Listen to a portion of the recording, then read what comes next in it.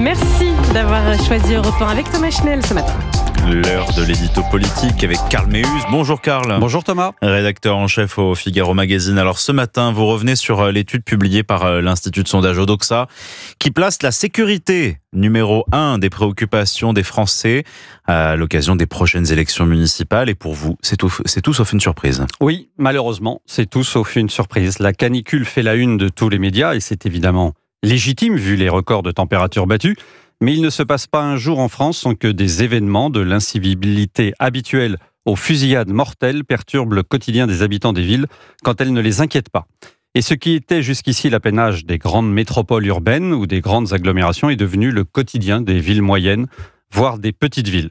Ceux qui ont fui les grandes cités pour la tranquillité de ces endroits se retrouvent pris au piège.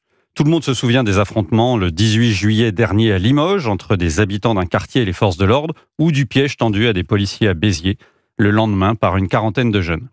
Des heurts liés au trafic de drogue en pleine expansion dans les villes moyennes et qui expliquent que la sécurité soit devenue la préoccupation numéro 1 des Français.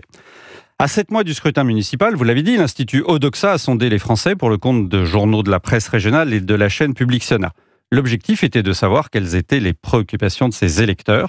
Le résultat est sans appel. Pour 51% des Français, la sécurité et la lutte contre la délinquance arrivent au premier rang des préoccupations, loin devant l'activité économique et le commerce, 31% des réponses, la propreté et l'entretien des espaces publics ou l'environnement, c'est 26%. Le logement n'arrive qu'en 8e place avec 18%. Quant à l'environnement et la lutte contre la pollution, ils n'obtiennent que 22% des réponses. Et ces chiffres risquent de bousculer les candidats qui avaient plutôt prévu de tout miser sur l'environnement ou le logement dans leur campagne. Excellente remarque. Ceux qui voulaient privilégier la plantation d'arbres au milieu des villes pour faire baisser la température ou limiter la place des voitures au cœur des cités vont devoir rapidement modifier leur programme et trouver des propositions qui intéressent leurs concitoyens. Car si la question de la pollution et de l'environnement intéresse 38% des sympathisants de gauche, celle sur la sécurité et la délinquance mobilise 57% des 50-64 ans et 64% des plus de 65 ans. Autrement dit, les électeurs qui se déplacent le plus quand ils sont convoqués aux urnes. Car ce que veulent les Français, davantage que des arbres ou moins de voitures, c'est surtout de pouvoir sortir de chez eux sans se faire agresser, pouvoir se promener sans crainte de se faire voler sa montre ou ses bijoux, ne pas avoir peur de croiser des trafiquants de drogue qui occupent sans vergogne tout l'espace public. La gauche va devoir faire une révision drastique de sa doctrine si elle veut continuer à gérer les municipalités ou en conquérir de nouvelles. Il n'y a pas si longtemps, elle parlait de sentiment d'insécurité pour nier la réalité de cette insécurité. Encore récemment, Éric Piolle, le maire écologiste de Grenoble, l'homologue de Pierre Urmic que vous avez reçu tout à l'heure, confronté à l'insécurité grandissante de sa ville, répondait « À vrai dire, je m'en fous, il faut résister au tourbillon médiatique des fusillades, il y en a partout ». Comme si l'augmentation de l'insécurité n'était qu'un phénomène médiatique. Il faudrait se méfier parce qu'on connaît les conséquences d'un tel comportement. Vous faites référence à quoi ?